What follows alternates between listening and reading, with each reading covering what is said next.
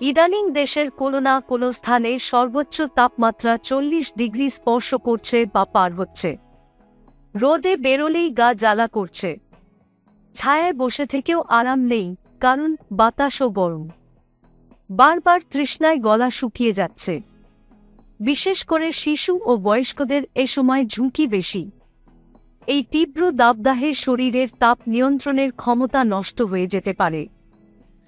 হতে পারে হিটস্ট্রোক। শরীরের তাপমাত্রা 105 ডিগ্রি ফারেনহাইট ছাড়িয়ে গেলে তাকে বলে হিটস্ট্রোক। আমাদের মস্তিষ্কের তাপ নিয়ন্ত্রণ কেন্দ্রের নির্দেশে রক্তের মাধ্যমে নিয়ন্ত্রিত হয় শরীরের তাপমাত্রা। কোনো কারণে শরীরের তাপমাত্রা বাড়তে থাকলে ত্বকের রক্তনালী প্রসারিত হয়ে অতিরিক্ত তাপ পরিবেশে ছড়িয়ে দেয়। ঘামের মাধ্যমেও শরীরের তাপমাত্রা নিয়ন্ত্রিত হয়।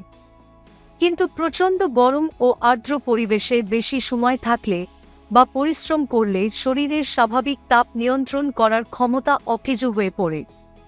এতে শরীরের তাপমাত্রা দ্রুত বিপদসীমা ছাড়িয়ে যায়, দেখা দেয় হিটস্ট্রোক। তবে হিটস্ট্রোক হওয়ার আগেই কিছু লক্ষণ ফুটে ওঠে। লক্ষণগুলো দেখে তখনই সতর্ক হতে হবে।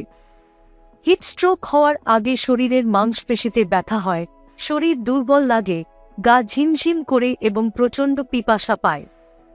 পরের ধাপে দ্রুত শ্বাস প্রশ্বাস, মাথা ব্যথা, ঝিমঝিম ভাব, বমি ভাব, অসংলগ্ন আচরণ, মাথা ঘোরার মতো লক্ষণ দেখা দেয়।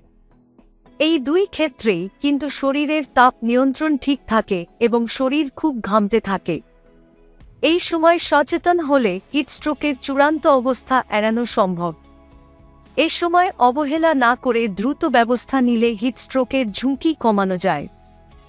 এমনটা বোধ হলে আক্রান্ত ব্যক্তিকে দ্রুত রোদ থেকে এনে অপেক্ষাকৃত শীতল স্থানে রাখতে হবে। ফ্যান ছেড়ে জামাকাপড় আলগা করে দিতে হবে। শরীর পানি ভেজা কাপড় দিয়ে মুছে দিতে হবে। একটু একটু করে মুখে পানি বা স্যালাইন খাওয়াতে হবে। বিশ্রামে রাখতে হবে। যখন হিটস্ট্রোক হয় তখন শরীরের তাপমাত্রা দ্রুত 105 ডিগ্রি ফারেনহাইট ছাড়িয়ে যায়। ত্বক শুষ্ক ও লালচে হয়ে যায়। ঘাম বন্ধ হয়ে ত্বক শুষ্ক হয়ে যেতে পারে। রোগী খুব দ্রুত শ্বাস প্রশ্বাস নেয়, নাড়ির স্পন্দন ক্ষীণ ও দ্রুত হয়। রক্তচাপ কমে যায়। খিঁচুনি, মাথা ঝিমঝিম, অস্বাভাবিক আচরণ দেখা দেয়। প্রস্রাবের পরিমাণ কমে যায় ও হলুদ হয়। একেবারে শেষে রোগী শকে চলে যেতে পারে।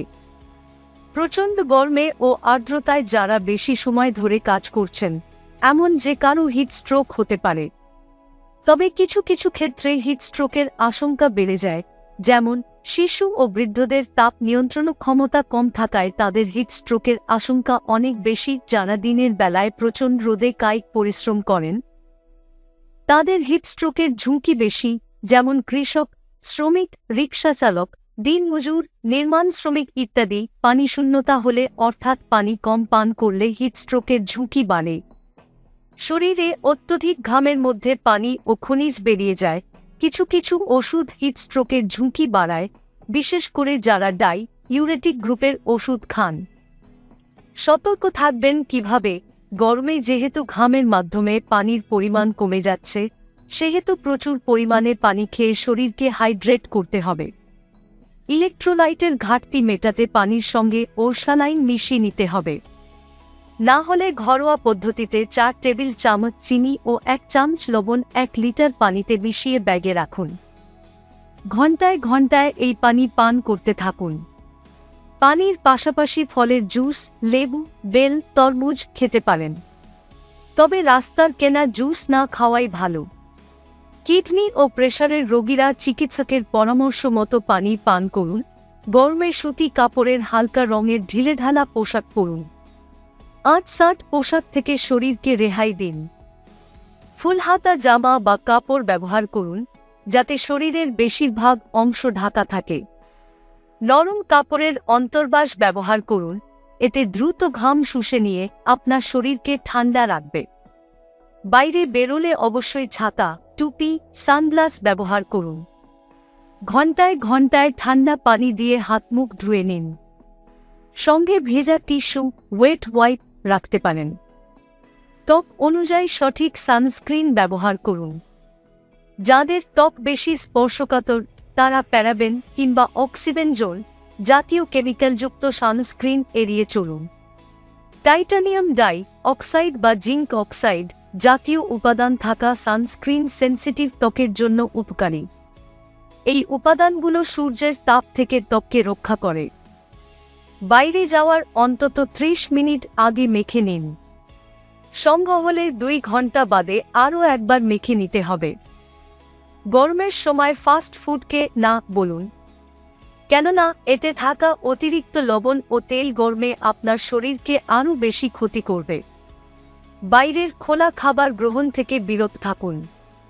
ঘরোয়া হালকা খাবারে জোর দিন। প্রচণ্ড গরমে শরীরে যাতে ঘাম না জমে তার জন্য সম্ভব হলে রুমাল পানিতে হালকা ভিজিয়ে গা মুছে নিন। বাড়িতে থাকলে একাধিকবার গোসল করুন। হঠাৎ বাইরে থেকে এসে এসিতে বসবেন না বা হঠাৎ এসি থেকে বেরিয়ে অতিরিক্ত গরমে যাবেন না। গরমে চা, কফি, ঠান্ডা পানীয় খাবেন না। দীর্ঘক্ষণ প্রখর রোদে দাঁড়িয়ে থাকবেন না। আমাদের ভিডিওটি যদি আপনার কাছে ভালো লাগে তাহলে চ্যানেলটি সাবস্ক্রাইব করুন এবং সবার আগে আমাদের ভিডিও পেতে বেল আইকনটি ক্লিক করুন। ধন্যবাদ।